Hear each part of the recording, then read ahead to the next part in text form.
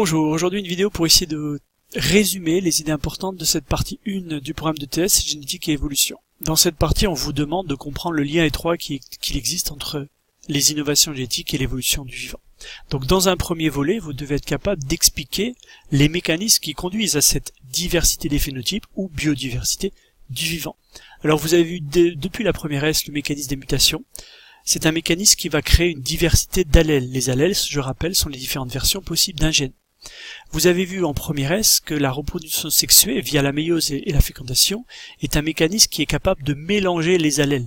Donc vous allez créer, au bout de cette reproduction sexuée, ce qu'on appelle des combinaisons originales d'allèles. Donc si chaque individu de la population humaine, Homo sapiens, espèce Homo sapiens, est unique, génétiquement, c'est tout simplement qu'il résulte de ces mécanismes de mutation et de reproduction sexuée, et chaque individu qui naît est donc une combinaison originale d'allèles. Alors à ces deux mécanismes forts, on a rajouté cette année de TS le mécanisme de la polyploïdisation, qui est un mécanisme qui va en fait augmenter le nombre de lots de chromosomes. On peut être haploïde, diploïde, triploïde, tétraploïde. Et en augmentant par des mécanismes que vous avez étudiés, le nombre de lots de chromosomes homologues, vous créez une diversité du vivant. Vous avez aussi le transfert horizontal de gènes, cette capacité à une bactérie ou un virus par exemple de transférer un gène à une cellule humaine par exemple, et là on est dans ce qu'on appelle le transfert horizontal par opposition au transfert vertical de génération en génération, et ce transfert de gènes est aussi source de biodiversité.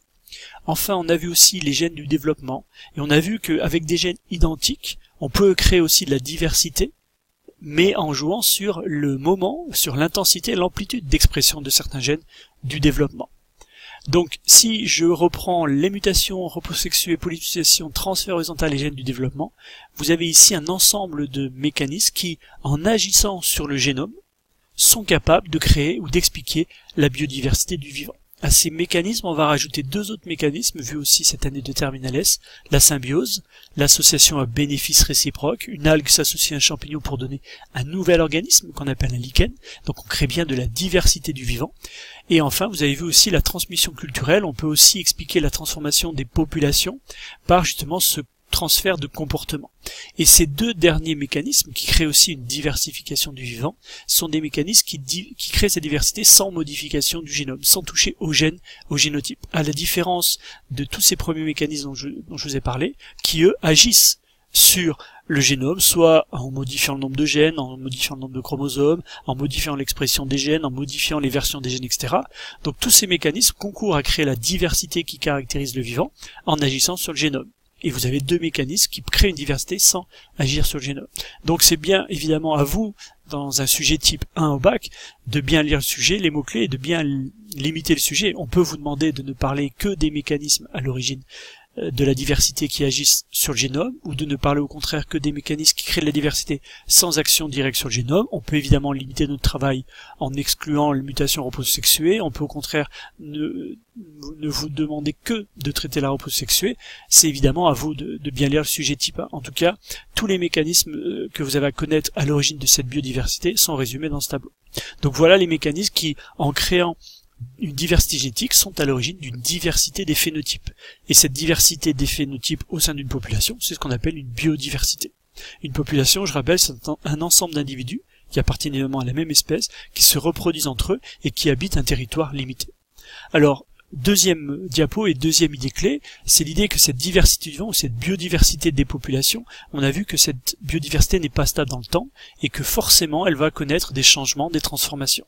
Et vous avez vu qu'il y a deux moteurs, deux mécanismes qui concourent ou qui participent justement à cette évolution de la diversité des populations au cours du temps. Vous avez vu le mécanisme de la dérive génétique, c'est le hasard des individus qui vont se reproduire au sein d'une population et qui vont donc transmettre leur allèle à la descendance. C'est le hasard du nombre de descendants.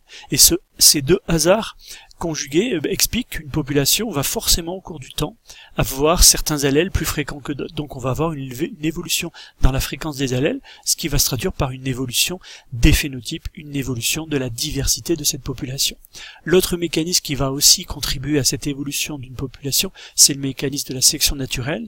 Dans ce cadre-là, c'est l'environnement qui va décider, entre guillemets, des individus capables de se reproduire. Et tous les individus qui ne sont plus adaptés à l'environnement et qui n'atteignent pas ce stade de reproduction ne transmettront pas leur allèle. Donc forcément aussi, l'environnement peut choisir, comme un filtre, sélectionner certains phénotypes plus avantageux, les laisser ces phénotypes se reproduire et transmettre leur allèle. Donc la sélection naturelle est capable aussi d'expliquer cette évolution dans la fréquence de certains allèles et donc cette évolution dans la diversité d'une population.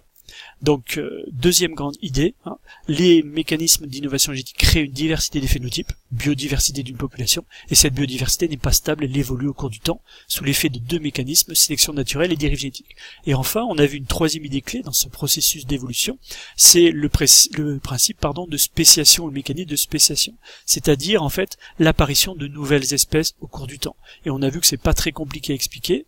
Dès que vous êtes capable d'expliquer la diversité d'une population et d'expliquer que cette population évolue, et à un moment donné, il faut juste intégrer ce qu'on appelle l'isolement reproducteur. L'idée, c'est que certains individus peuvent s'isoler du reste de la population par une barrière géographique ou non géographique, et de cette manière, petit à petit, ces individus isolés vont évoluer par sélection naturelle et dérive génétique indépendamment du reste de la population, et à un moment donné on va atteindre le niveau isolement génétique, c'est-à-dire que les individus ne pourront plus, même si la barrière géographique n'existe plus, se reproduire avec les individus de la population initiale. On a donc formé une nouvelle espèce. C'est le mécanisme de la spéciation. Donc vous voyez bien, au travers de cette synthèse, les liens étroits entre les innovations génétiques qui créent une diversité des phénotypes, la sélection naturelle, la dérive génétique qui font évoluer ces phénotypes au cours du temps, et cette évolution au cours du temps qui peut atteindre le stade de nouvelle espèce. Et on est bien dans les bases même de l'évolution du vivant.